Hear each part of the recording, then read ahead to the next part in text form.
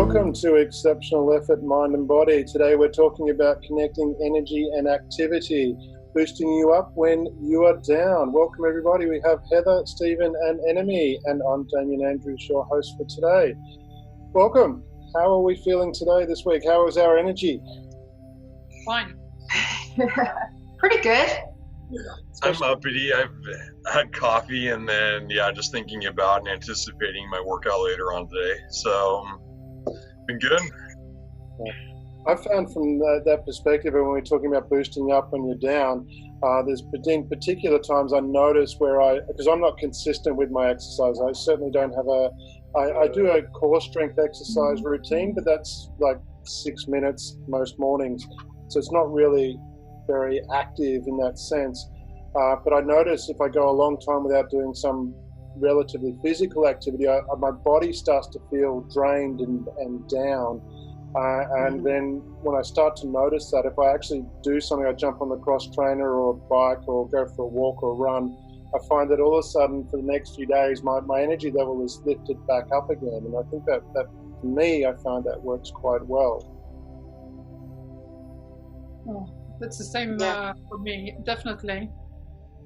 Even when I take a nap in the afternoon, because I might be very tired, but after the nap, the brain can become lethargic, and then I can just go out for a walk just for, let's say, 5 or 10 minutes, and then I'm very awake afterwards. So just this physical activity right after a nap is very useful to me. So it's the same in the morning, whether it's in the afternoon or waking up in the morning. Just doing a small physical activity is enough to shake up the whole thing. It will be very for the rest of the day. How does that work? I mean, what happens there? What are we doing? I mean, is it? I've read that it's like oxygen going into your body, moving the blood cells, pumping the blood around a little bit. Is that the kind of thing that you find works for you, or how does that impact on yourself? What are you asking? For me? No, whoever. It's just from that perspective. I'm just trying to get a comprehension of how it gives you more energy, just being that physically active. I think that part of it is like, I think part of it's the blood flow. I think part of it too is the chemical release, like that comes with it. Obviously, we have a bunch of complex chemicals in our bodies. Mm-hmm. And so in moving and in exhibiting moving, you're triggering certain mechanisms in your body that it's designed to do. And obviously, it's like gets the gears turning in your mind on top of it. And so really it's almost like starting up your car. I think about it like starting up your car. Like at first, if it's on a cold day, the car needs time to warm up. And once the car gets going, it's like fine-tuned to go. And so I think that we're kind of, like that in some respects, where in the beginning, when we first wake up, it might be, that we're tired. And then suddenly once we get the mechanisms rolling and we get going, it's like suddenly you find yourself awake and you're ready to go and you're processing thoughts and you're doing things and you're carrying forward with your day. And, hopefully in an energetic way and not, in a lethargic way. What if you don't want to? I mean, I find this sometimes where I just don't feel like it. I mean, how can you trigger yourself to actually then give yourself the motivation to actually do something physical? Because at that moment, this is the juxtaposition I think that we experience is where we're feeling down, we're feeling flat, we don't have the energy, but to get the energy, we've actually got to do something energetic. Change. So if you're sitting down, say I'm going to stand up and do something that's counterproductive from what your body's doing. Yeah. And so it sounds goofy, but in most respects, I come to find that at least that works for me. So if I'm sitting, I'll stand up.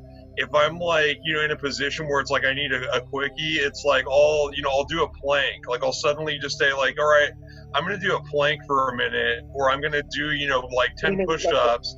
You're saying a physical plank, you'll plank yourself? Yeah, I'll do a physical plank. I'll do some sort of dumb random thing that's exactly off in left field from what it is that I'm doing in order to take my mindset away from, oh, I'm drained, I'm this, I'm that. it's like kind of like creating an opportunity for a spur of the moment thing that suddenly has your brain thinking about something that it wasn't thinking about before. Well, to me, it's a 3-step process when I have this kind of issue. First, I acknowledge that I have this feeling. So I say, oh yes, this is something that happens. And the second thing that I will say is, this is not a useful thought. So I acknowledge the thought, but I also say it's not a useful thought. And then I will say to myself, okay, what can I do the next 15 minutes so that I can be proud of myself for the rest of the day? It can be inactivity. It can be like I'm gonna write an article, but it can also be a physical activity. So this is my 3-step process when I don't feel motivated to do something. So can you run through those 3 steps again for us, Annemie? Yeah, sure. First, I acknowledge my feeling because it's there.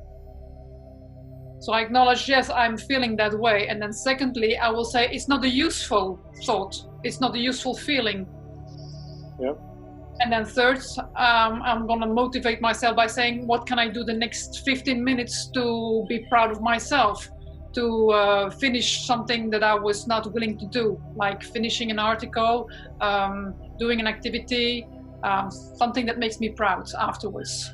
Yeah. So firstly, you're acknowledging, so you're actually putting yourself in, this is the situation I'm currently in. You will not have to deny it. It's there. Yeah. So recognizing that situation. You can go to this next step, which is saying, okay, this is not useful. And then we can move on to the activity. Yeah, so you're acknowledging it, you're then going, well, hey, this is the bad side of it, by it's not useful, and then giving yourself the benefit. So you're actually giving you both motivations, because you have that positive and negative motivation, and you're giving yourself both by saying, hey, this is not useful, and this is what I'd like to be. So you've actually got both there, which that's kind of powerful. Well, it's a technique that works for me. So I wrote it on my whiteboard. So I just have to look at it. It's there. It's not useful. What can I do to be proud of myself for the next 15 minutes? Yeah. It's just there, and it becomes a mechanism. Fantastic. And what if you don't feel like you're not an exerciser? I mean, how can you boost your energy up in those situations? Well, it depends, of course. If you're really exhausted, something else that you can do for yourself. It's like a little massage, or something that makes you feel good. It's whatever it's the situation, of course. But most of the time, when the motivation is very low, I always tend to look at dopamine. Dopamine is the thing that will stimulate that will support the motivation, and then because dopamine can be low because of number of causes, you can look at or supplements or food or cold water, breathing. All these things can support the production of dopamine. I was gonna say too, adding on to what was just said, changing the music, changing, like, you can look at, even like if you're an artsy kind of person, doing something crafty with your hands, like you had mentioned, Annemie, with the whiteboard, like the act of writing triggers your brain in a way that you wouldn't otherwise be triggered. So the simple act of having a tangible object in your hand and placing it to something, it changes your mind. It can change your mindset. Like, and they've actually done, there's been a number of studies that have been done as far as even like with rote memory or with memorizing things, like the simple act of putting a pen to something is like, it's a stimulus for the brain, and it's a kinetic process that helps you to really absorb what's going on in your head, or to change your mindset. It's very fascinating. I was at an international conference back in January, and actually sat in on a session regarding doodling or doing activities that help your mind to process what's going on in a far less boring way. It basically it takes you away from the boredom factor. So Okay. And for people, Heather, I'm going to bring you in here on this, because you've stated a few times that you're not a big exerciser. From your perspective, boosting that energy up when you're feeling down, how do you go about like finding that bit of extra energy when you need it? It's I think because it's Mental Health Month as well, this is important to talk about for someone like me, because a lot of us think of exercise as having the physically visible effects of losing weight and getting strong, right? But for me, I had exercise prescribed to me when I went to the doctor for anxiety years ago, and it's a huge catalyst for reducing anxiety. So because I don't really like to exercise, like I'm not a gym person, I don't like to sit and do something repetitive without an end goal in mind or without some practical work aspect related to it. What happens is that if I don't need to do any physical work, I don't exercise. And after a time, your chronic stress experience will raise your cortisol levels and, you know, really bog you down. And exercising actually physically reduces that and improves, as the rest of you were saying, those positive chemicals and those happy chemicals, you know. So you can like fast track the shift of decreasing cortisol and increasing feeling much happier and reducing anxiety. For me, it's tough to fit in exercise simply because I don't like it, but I do like yoga. So in the past, I have stuck with a hot yoga routine that is incredibly invigorating and relaxing and de-stressing for me. That's enjoyable exercise for me. I'm going to challenge you on that though, Heather, because in our pre-show you talked about how you like doing, like you said, you have to have this goal in mind, and you talked about things like cleaning and stuff like that. And I remember reading a study where they interviewed people that worked as cleaners in hotels, and the ladies that did that, and they asked them about whether they thought they exercised and did anything like that. Yeah. And they basically said no, they didn't exercise. And then they tested them, so they hooked them up to monitors while they were cleaning it and monitored how much activity they were doing, how much calories they burnt, that kind of thing. And they found out that they were actually doing significant exercise equivalent to going to a gym and doing a really hard workout. And the interesting part connecting with that, which probably maybe it's a little bit off our topic, but what they did is they informed them of this. And then they monitored what happened to their bodies, and they found that because these ladies were then thinking about what they were doing as exercise, their physical body actually toned up and improved a lot more. You mentioned this on the last call, and we talked about that. We both read this study. I also found that fascinating because I believe in this kind of like feedback that our brain gives our body, which amplifies the positive effects of what we do. So as far as picking an activity to do exercise, yoga is my go-to. But on a regular basis, I like to get out and do physical tasks and then pay attention to how I'm using my body for balance, how I'm straight.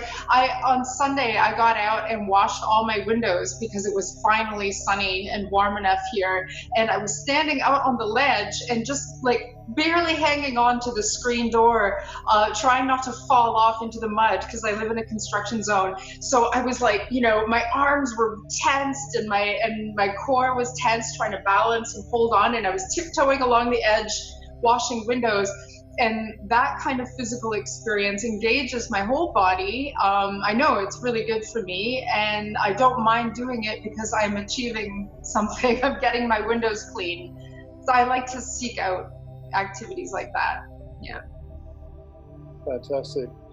And from that perspective too, I mean, I guess when we talk about it, like from that side of things, it doesn't need, when we're talking about building up energy, so it's not necessarily that you have to go and do an exercise routine. As Annemie, you talked about, you're just doing a little 15-minute workout. Stephen, you were talking about planking. I mean, that's not even really moving. You're sitting there still, right? And giving you that, boosting you up.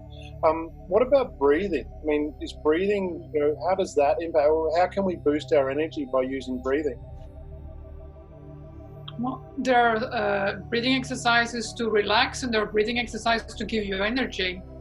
There are lots of breathing exercises. It's the first thing that you do when you get born, in fact. So how would you do, like, when you say, breathing exercise when you're relaxing? I actually haven't, this is new for me, to be honest. I understand breathing from the perspective of relaxing, but what sort of techniques would you use for breathing to actually build up your energy? Well, I don't use breathing myself for more energy, but I use it for more focus, for energy, for the brain, let's say. So I will put my fingers on top of my head, and then I will close the nostrils alternatively. And then when you breathe, then the brain and the left and the right brain will get oxygen in alternatively, and then you will get more energy. You can also give oxygen only to the left brain or to the right brain to give more focus to the mathematical side or more to the creative side. You can also really boost that, just a part of the brain by breathing with breathing exercises. If you just have to do an exam for French, for instance, you can say, I'm gonna just give oxygen to that part of the brain just to boost it for the next half hour. These things are possible. Wow, I didn't know that you could actually make oxygen go one side or the other side of the brain to give you that focus. That's really cool. A little bit, not just one side, of course, but just to boost it a little bit. All these things are possible. I was just listening to a talk about the benefits of slowing the breath, whether it's yoga breathing, Tai Chi, or meditation. People have this impression that if they breathe more quickly and rapidly, then they're going to get more oxygen. And it can be that if you slow the breath, you maximize each breath more, and it lowers your blood pressure and all these other this chain reaction happens in the body so that it's utilizing your gas exchange more effectively. Yeah. So that's something I don't think a lot of people are consistently, myself included, thinking about really effective breathing. We tend to just stay up here and kind of like be shallow, in our breaths throughout the day, and breathing deeply and consciously and efficiently can improve your health picture dramatically. See, and that's where I and I'm going to go back to the exercise factor again over the long term. That's why I can work as hard as I do when I'm out on the bike, and why it is that when I perform daily tasks that most people perceive as being difficult, it's, for me, it's hard for me to gauge it because it's a very different feeling for me. That's what you just hit the hammer on the nail. When I'm at my max capacity of doing work, I better be breathing, and I better be consciously focused on my breathing and what it is that's going on, because every misstep that I take is a misstep that may cost me, the next moment, or it may be the difference between me finishing a workout and me not, or me winning a race and me not. And so it's, in order, the deep breathing, all of that, it happens very naturally in extreme exercise. And the more you do it, the more you become in tune with it. So you're saying you've trained yourself to breathe effectively without having to work so hard to think about it. Yes, it's whereas, second I have nature. To concentrate. Yeah, for me, it's really difficult to sit and think about breathing properly. I don't naturally do it, but I know that you can get in the habit of that if you do it more often. Yeah, and by nature of the beast, when you work hard enough, your body is inclined to do it. And so that's part of the reason why, when I'm at like I said, my maximum capacity to do work, it's I realize almost effortlessly that I'm doing it, because it's dependent upon my survival. Your body goes into a primitive state at that point, and you just naturally just do it without you realizing that you're doing it. I'll tell you something funny related to training your body, but I don't recommend it. It's a bad, it's a negative thing that has kind of a positive effect. When I was in the military years ago in the Navy, we trained swimming with all of our gear on and holding our breath underwater and treading water with shoes on and all of that scary stuff. And you know who could hold their breath underwater the longest and tread water for ages? The smokers. And I was a smoker at the time, and it was so funny. I could hold my breath for over a minute for long periods of time underwater with no physical panic at all, because my body was actually used to being deprived of oxygen. Yeah. I was so used to it that I could actually really get by just fine holding my breath for ridiculous amounts of time, and everybody else was gasping for air. That's not a recommended method of training, but it just goes to show what your body can adapt to. Oh yeah. Yeah.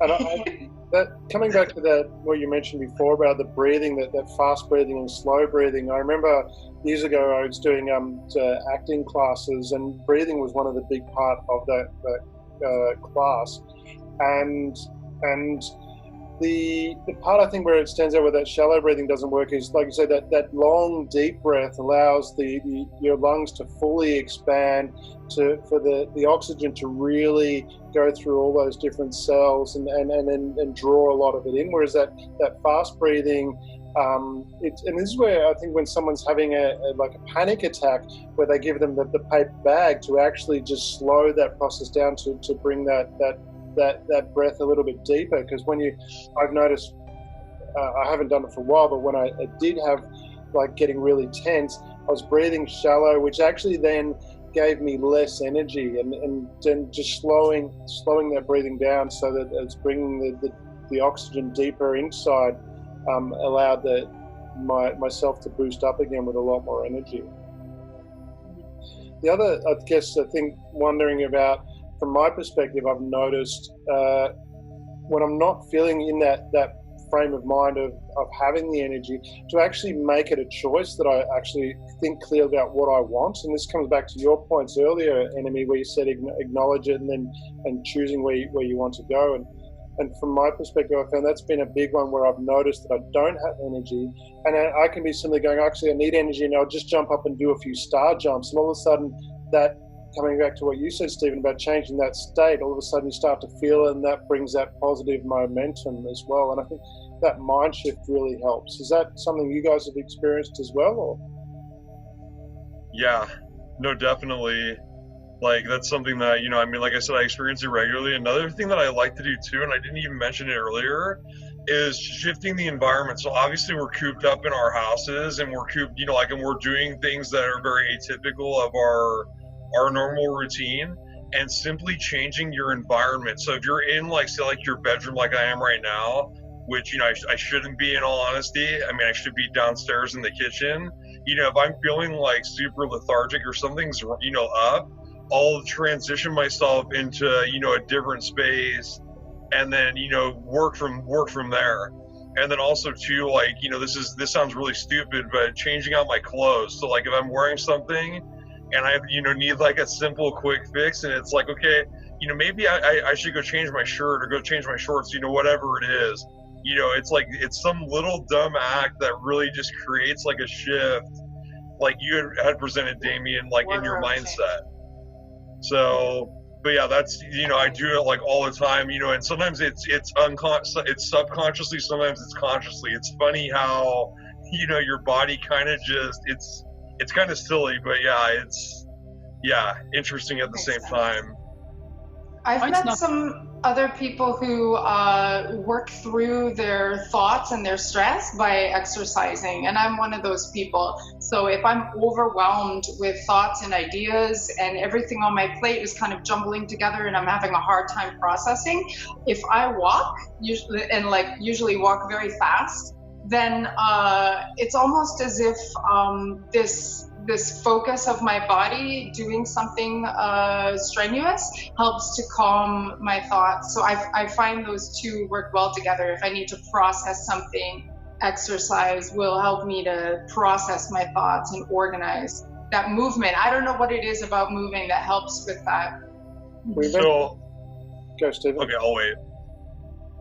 I was just going to say, you mentioned before when you were talking earlier about using a whiteboard, and I've noticed from my perspective, when I'm working at home, in my previous house, I had a 2.5 meter whiteboard in my lounge room because I regularly use that for that purpose. Like if I'm working, setting under my computer, I found that even when I was kind of exploring things, I found it really a little bit draining and down. Whereas then I would, when I put the whiteboard out and use that, from that point, I would be scribbling on the whiteboard, moving around. I'd stand back a bit, look at it, come back, write more, and scribble things out. I just found that just that little bit of activity just boosted the energy, and my clarity of my thoughts became clearer.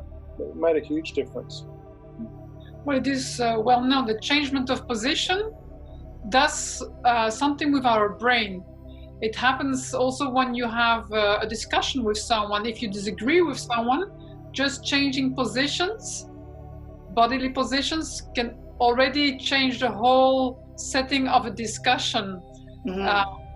And it's the same for the body when you don't feel like moving. Just changing your position can help you to start moving again.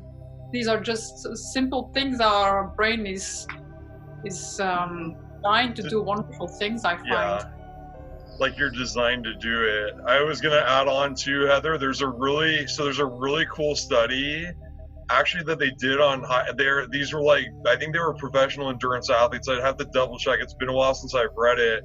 And it talked about like how when you're utilizing a massive amount of energy, every misstep is a potential. It's like primitive. Like you think about it from the standpoint that if I don't continue running, I may die, or this, something extreme may happen. And so therefore I need to more effectively use this energy in order to calculate, pinpoint decisions. So in this particular study, they were putting these guys through high intensity intervals, and they were testing them cognitively while they were doing it. And they did it during it, or following it, or during it, and then like before it or something. And they came to find that not only during or following the high intensity bout of exercise were they answering questions faster, they were answering them more accurately. So it was like literally creating sudden changes in how their brain was functioning as a result of, like, I want to say it's almost like a survival mechanism. Right, yeah. It's something about the focus that is improved when your body is busy doing physical activity. I would be interested in reading that, because I believe it, but I don't know exactly why that is. Yeah. And also the environment where you move, that's improving the effects of the exercise.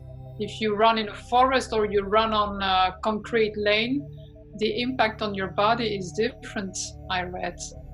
I feel like our bodies instinctively want to do this. Like when you're on the phone, do you find that you pace? I do laps in my kitchen when I'm on the phone. I can't just sit. I don't recall the last time that I sat still and talked on the phone. If I'm going to have a conversation, I need to get up and pace around. I don't know what that is. Can I just point something out? Just through observation, you're a fidgeter, aren't you? Like just looking at you sitting here. So that's a form of fidgeting. So what that is that's fidgeting. And actually, I mean, I work with a lot of kids behaviorally, and you're actually, it's a form of stimulating your brain, like when you're bored or when you're antsy or when you're trying to level yourself out. And that's probably why you do that. Like unbeknownst to you, you're probably fidgeting just because you've associated walking in your kitchen with, being on the phone. And it helps me to stay focused on my words. It helps me to keep organized, and I have a hard time feeling like my thoughts are organized if I'm sitting perfectly still. I need that other. So that's what I think it is. I think it's you fidgeting, and that's what you've developed to, as a habit to associate with that, and that's perfectly healthy. Like it's an excellent thing to have. And some people would die to have that, because you actually. You're burning more calories because you're constantly moving and you're constantly shuffling around. And so there's multiple benefits that come with, being a mobile person like that. You reminded me of what you said at the beginning of this conversation about doodling, because that is also something that all through school, all of my textbooks and notebooks are filled with drawings. I'm constantly doodling. I can't sit through a lecture without drawing scenes and pictures and stuff all over my book and underlining everything. And I don't recall a time when I sat and listened to a lecture without filling my pages with doodles, right? Yeah. My brain just does it automatically. I'll try to pull up. I gotta see if I can find it. I have a lecture from he was a professor out of BYU, and he specifically did research on doodling, and that's where it like really dawned on me. And like I said, it was back at this conference, that I attended earlier this year, and it was unreal. Like it was like, holy cow, like this put together, a lot of a lot of things regarding doodling, boredom, and staying on track and on task. Right. Yeah. If I listen to you like that. What about? I don't find. You think dopamine if I listen to your explanation like that, because it's like fidgeting. It's also something to motivate yourself all the time to keep busy. Yeah. Yeah, and when I'm drawing, I'm not paying attention. It actually helps me to pay attention more. Then my brain is in two kind of streams, and I feel like I can manage both. But if I just do one, I get very scattered. Mm-hmm. Yeah. Very adult ADD. Yes, but it's linked to dopamine, and that's for sure. That's okay. We're not wired the same. We are all different. Some need a little bit more. And knowing that, when we are still, that we actually lose a bit of that energy in structuring your day and how you work. I know from my perspective, like I'm at a standy desk, and I deliberately got that because I was in an office that had that, and I actually found that act of sitting for a bit, then standing up and working, standing up and then sitting back down again, that really helped my energy through the day. It made a huge difference by being able to shift that. And then I also structured my day, so sometimes I'll be sitting, then I'd do things so I'd have to go off and do something. So actually consciously structuring my day in a way that made me active, I've found has given me a big boost in what I can get done in a day. I like that, the standing desk. And I've heard very good things about those. Yeah. People really like them.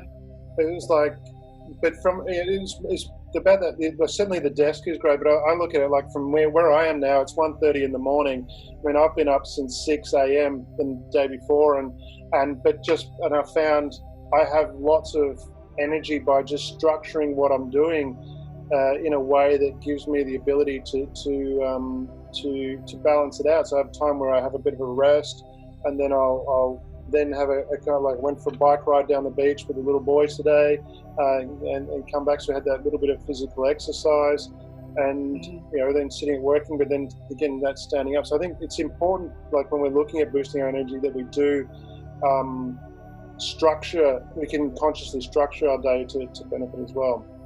That's a very good point. Yeah.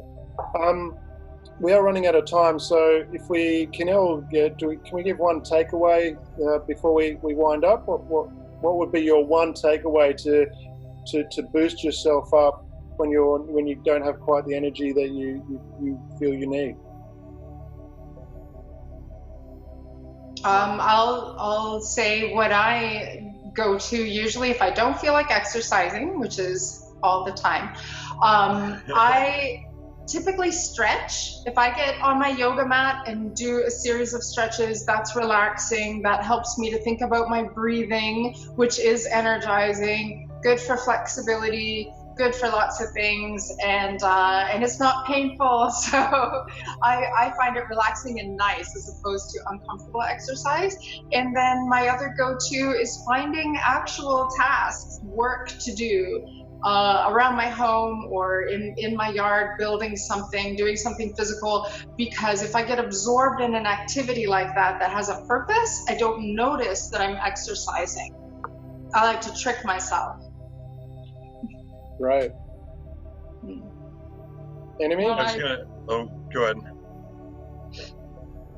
You're good. No. You spoke first. I agree with Heather. The breathing exercises are wonderful throughout the day. I do it 3 times a day. I have this timing, like Damian just mentioned, structure. I have this 3 times a day when I do my breathing exercises. And I have a dog. I adopted a dog especially because I'm not a big exerciser myself. Before I was, but I'm not anymore, unfortunately. So I just do long walks in the morning now with the dog, and that's my exercise. And whenever I feel the energy going low, I just go outside. That's my best thing. And I have this 3-step mental thing, which is I acknowledge that I have this thought or this feeling, and then I say it's not very productive, and then I'm going to say to myself, how can I be proud of myself the next 15 minutes? So this is what I do for myself. Fantastic. Stephen? And then just adding into that, so for me, I mean, and it doesn't work for everybody, exercise, like, you know, where possible, regardless of whether it's walking, you know, riding your bike, swimming, surfing, you know, so on and so forth. And then also too, just like I said, a simple task that you can do, changing your body orientation. So, or shifting the setting that you're in order to change your mood that goes with it. Fantastic. Some great takeaways there for everyone. So that's our show for today. Exceptional effort, mind and body. Thank you, Heather, Stephen, and Annemie. Look forward to seeing you next week. Bye. Thank you, Damian. Nice chatting Thanks, with you guys. guys.